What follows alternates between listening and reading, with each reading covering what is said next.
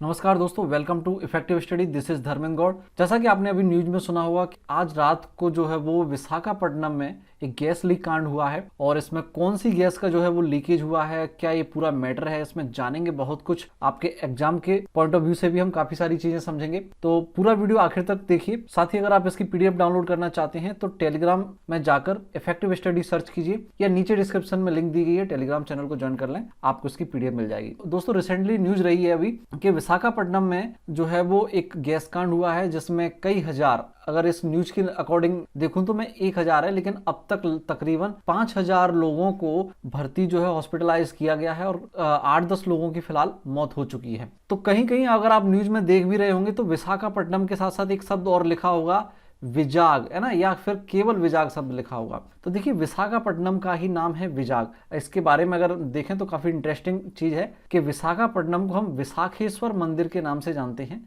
जो कि भगवान कार्तिकेय का मंदिर था। भगवान कार्तिकेय यानी कि भगवान शिव की जो दूसरे पुत्र थे, पहले तो गणेश जी थे, दूसरे कार्तिकेय, तो उनका मंदिर था विशाखेश्वर मंदिर। उसके नाम पर इसका नाम पड़ा है विशाखापत्तनम। फिलहाल ये मंदिर जो है वो समुद्र के नीचे स्थित है। अंग्रेजों ने, जब अंग्रेज थे तो उन्होंने एक बंदरगाह यहाँ पर बनाया था, प्राकृतिक बंदरगाह के साथ एक बंदरगाह और बनाया था।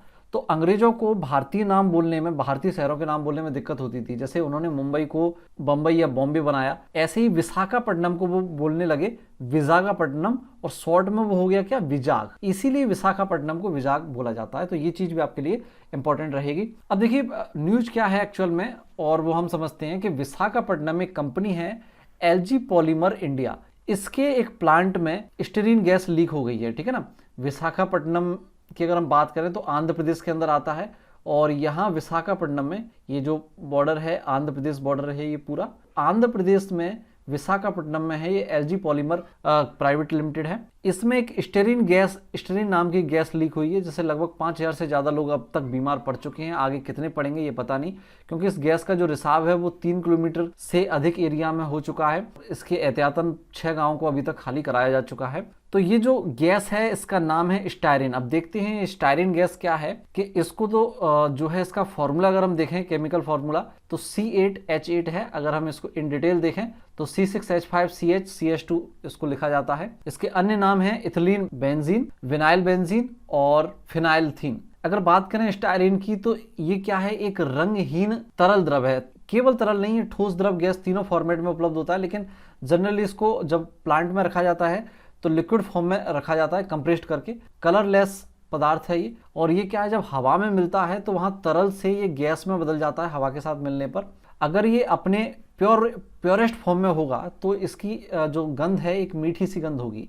लेकिन ज़्यादातर कंपनियां इसमें एल्डिहाइड मिला देती हैं, जिसकी वजह से इसमें एक अलग तरह की बदबू आने लगती है।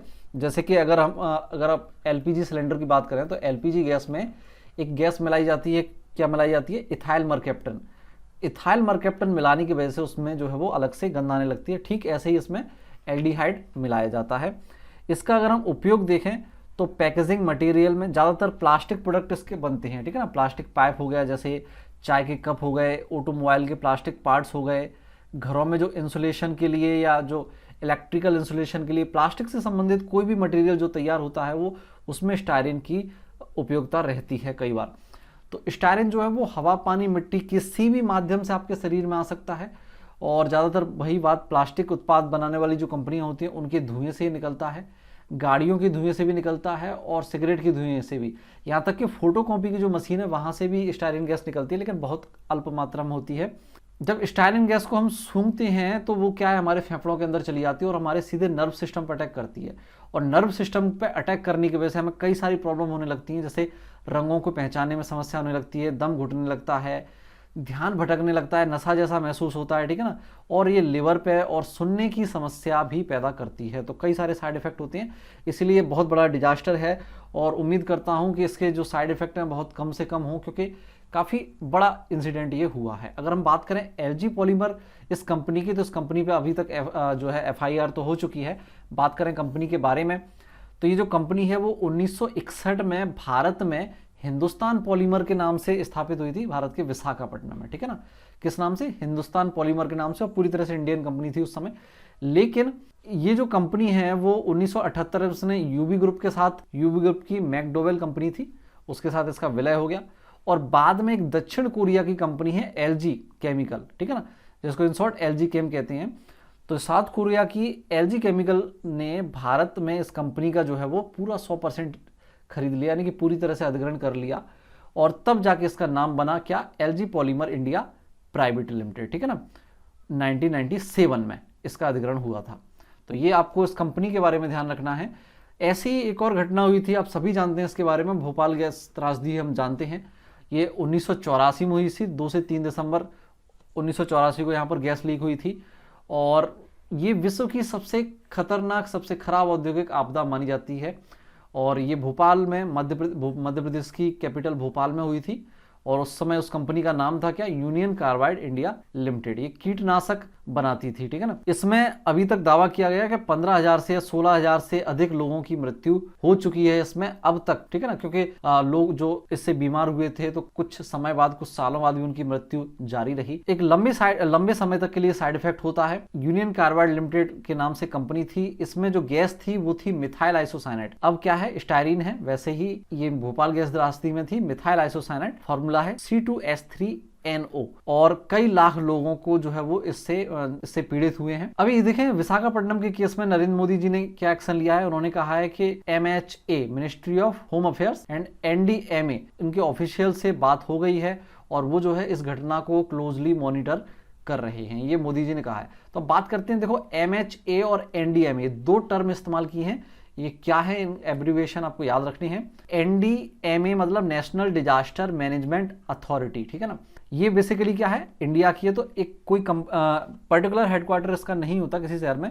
ये सीधे नरेंद्र मोदी प्रधानमंत्री जो है हमारे देश के, उनके एजुकेशन में आती है। और डिपार्टमेंट देखें तो ये एक सब डिपार्टमेंट है मिनिस्ट्री ऑफ होम अफेयर्स का, यानी कि जो ministry of home affairs department है उसी का क्या है, एक सब डिपार्टमेंट है। अगर हम मिनिस्ट्री ऑफ होम अफेयर्स की बात करें, MHA, जो कि एक और शब्द था क्या, MHA, इसका फुल फॉर्म रहेगा मिनिस्ट्री ऑफ होम अफेयर्स।